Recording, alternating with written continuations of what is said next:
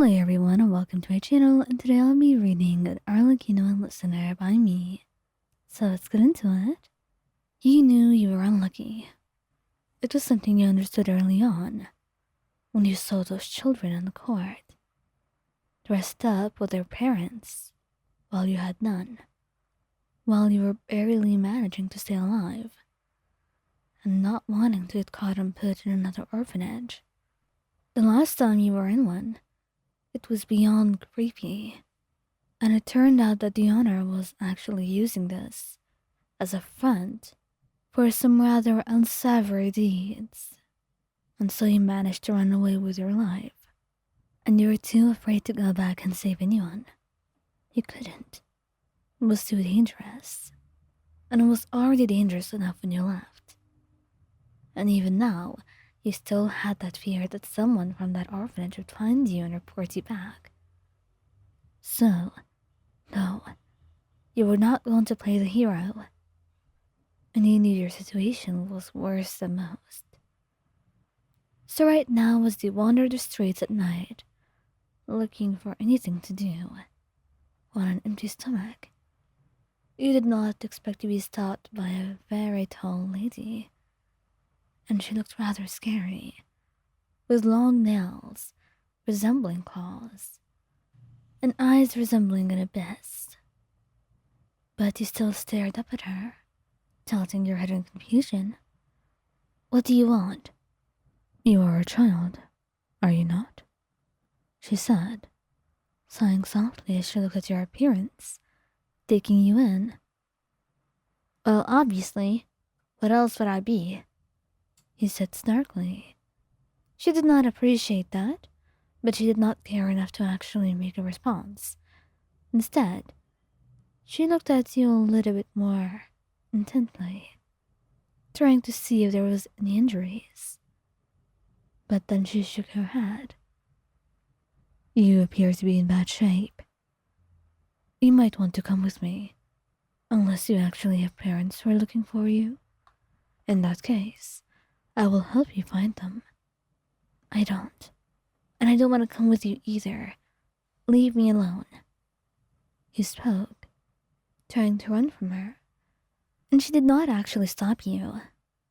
Instead, she let you go, but only said one sentence that stopped you in your tracks. I have food for you if you need. You don't have to come with me to eat it. I'll just leave it here, on the bench. She mumbled. And when she backed away and left, eventually you began to eat, and somewhere far away, she was watching you with a curious smile. To her, perhaps recruiting different children, and particularly difficult ones like yourself, was a bit more of a challenge, and something she enjoyed. And when you met the second time, you looked up at her and stopped her. Wait, I want to know more about you. Who are you, and where would you take me? I wouldn't be taking you far away. You know, there is a hotel here. Hotel Bouffe d'été. You may have heard about it. That's where my children reside. And that's where you will be. If you agree, of course. But do know that once you know the secrets of the house, you cannot betray that family that you will enter. Is that clear to you? You took a deep breath and nodded. But I need some time to think. And you didn't answer my question. Who are you, really? I'm not too sure if you would understand, but I am a Fatui. You know, that organization from Snezhnaya? Yes, I know about them. They're everywhere. So you're one of them? Are they good people? I've heard people say bad things about the Fatui, but I don't know them, so it doesn't really matter. People can be wrong a lot, he said, and she chuckled at that. That's true. They can be very wrong. But as for me, I prefer to say that I'm neither good nor bad. I'm something of both. Whatever fits my interest, I will do. Be it good or bad, that does not matter to me.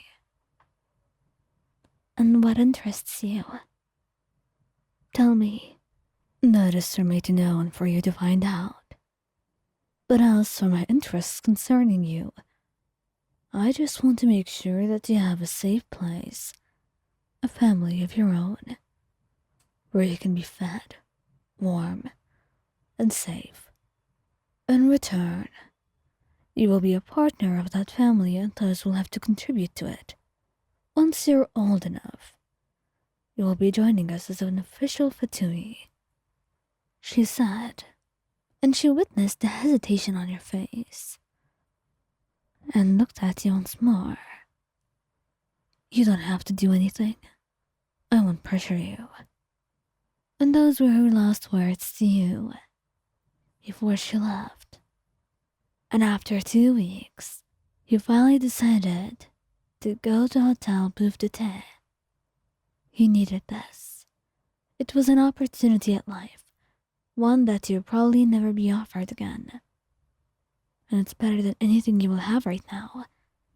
It's not like there was a good way to get out of this. And so, if she was not going to hurt you, and all you had to do was contribute once you got older, you didn't mind. The world was not black and white after all, and you could do with a little bit of gray. So it will be fine. And once you entered, you were welcomed by a girl with cat ears on her head. My name is Lynette. Welcome to the house. She spoke. She was quiet, but she led you in and showed you a room. She told you that father, apparently that's what the lady was called, had invited you and told them about it. And she was even expecting you. And it seems like she knew a lot more about you than she let on. But the children, they seemed happy and safe. And you were longing for that too. And most of all, you wanted a family. So if this was going to be your own, then you would have it. It was better than anything else that's been offered to you so far, and you will definitely take it.